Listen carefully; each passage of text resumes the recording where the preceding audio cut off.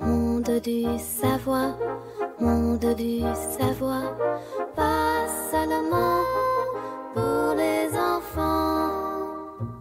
Chers explorateurs, je vous souhaite la bienvenue sur l'île du savoir. Saviez-vous que la célèbre reine d'Égypte, Cléopâtre, n'était en réalité pas égyptienne, mais grecque? Aujourd'hui, j'ai décidé de découvrir avec vous cette histoire étonnante et de comprendre d'où venait vraiment cette souveraine mystérieuse. J'ai invité tout le monde à se préparer pour un voyage fascinant dans le passé, plein de surprises. Dans la grotte dorée, j'ai rencontré l'orang-outan et le gorille. L'orang-outan a expliqué que Cléopâtre devait être grecque parce qu'elle aimait sûrement les olives et la salade grecque et qu'elle avait choisi de vivre en Égypte parce qu'il y avait plus de soleil. Le gorille, lui, était persuadé que Cléopâtre était grecque parce qu'elle portait toujours de belles robes qui allaient bien avec les colonnes grecques. Leurs idées m'ont beaucoup amusée, mais j'ai précisé que Cléopâtre venait de la dynastie des Ptolémées, qui avait des origines grecques et qui a régné sur l'Égypte après les conquêtes d'Alexandre le Grand.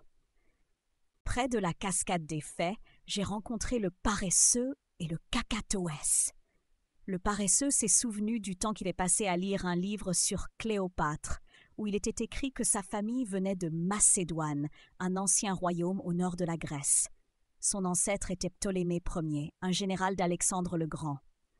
Il a ajouté que même si Cléopâtre vivait dans le luxe, elle était très intelligente et étudiait les sciences, la philosophie et l'astronomie à la célèbre bibliothèque d'Alexandrie. Le Kakatoès a raconté qu'elle avait assisté à une présentation où l'on expliquait que Cléopâtre était la première de cette dynastie grecque à apprendre la langue égyptienne. Elle a aussi dit que Cléopâtre parlait de nombreuses langues comme l'hébreu, l'arabe et le latin, car elle voulait comprendre ses voisins et ses ennemis. Leurs histoires m'ont montré que Cléopâtre n'était pas seulement une belle reine, mais aussi une souveraine intelligente et instruite, capable d'influencer le destin du monde antique. Près du récif des mystères, j'ai rencontré le papillon et la capucine.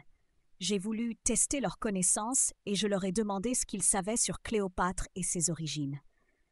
Le papillon a répondu que Cléopâtre était la dernière reine d'Égypte de la dynastie des Ptolémées, fondée par un général grec, Ptolémée, après la mort d'Alexandre le Grand. La capucine a ajouté que même si Cléopâtre avait appris l'égyptien et suivait les coutumes égyptiennes, ses origines étaient entièrement grecques. Je les ai félicités pour leur connaissance et j'ai résumé que Cléopâtre, même si elle est associée à l'Égypte, avait des racines grecques. Chers chercheurs, aujourd'hui nous avons découvert l'histoire fascinante de Cléopâtre, qui, même si elle était reine d'Égypte, avait des origines grecques. J'ai appris que l'histoire peut parfois surprendre et que tout n'est pas toujours comme on le pense. J'ai remercié tout le monde pour cette exploration du savoir et j'ai invité chacun à vivre de nouvelles aventures extraordinaires sur l'île du savoir.